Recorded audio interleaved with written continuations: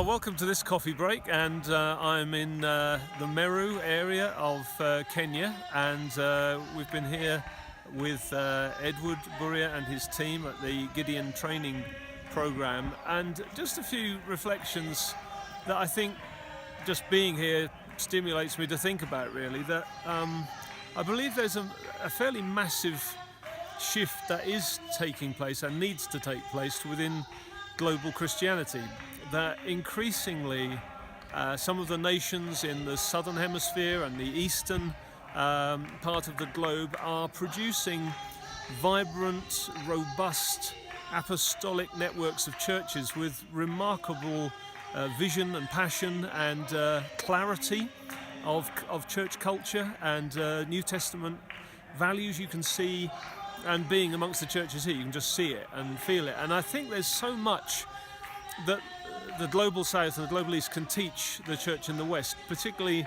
I notice things even like corporate prayer, where these guys know how to pray. They really do know how to pray. They know how to share their faith. They know how to plant churches. And I think what's happened in the west is, with all our knowledge and learning and history of Christianity, which is a tremendous heritage, I mean, don't despise it at all. But what I think can tend to happen is that we've overcomplicated our faith, we've overcomplicated Christianity, and as a result we've kind of maybe become a bit arrogant, and we've kind of sort of monopolized Christianity, thinking, well, the West is the custodian of theology and teaching and all the rest of it. But I tell you, these guys in some of the developing nations and some of the eastern and southern global nations are way ahead of us in terms of insight, of handling scripture, rightly applying scripture, building simple principles of scripture into life. I'm just reflecting today that the Apostle Paul was an incredible theological mind, Pharisee of Pharisees, really, really strongly academic man.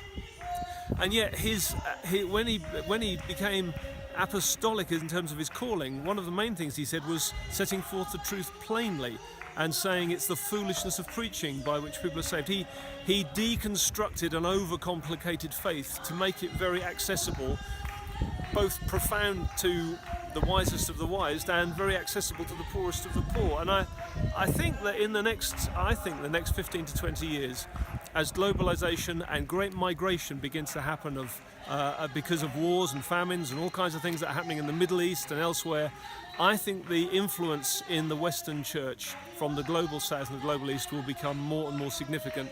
And I think that's part of the providential purposes of God. So that's something to look out for, something to bear in mind, and something as the West we need to humble ourselves, I think, and say, let's learn from dear brothers and sisters in other parts of the globe. So anyway, something to think about as you're having your coffee, and Kenyan coffee, I hope.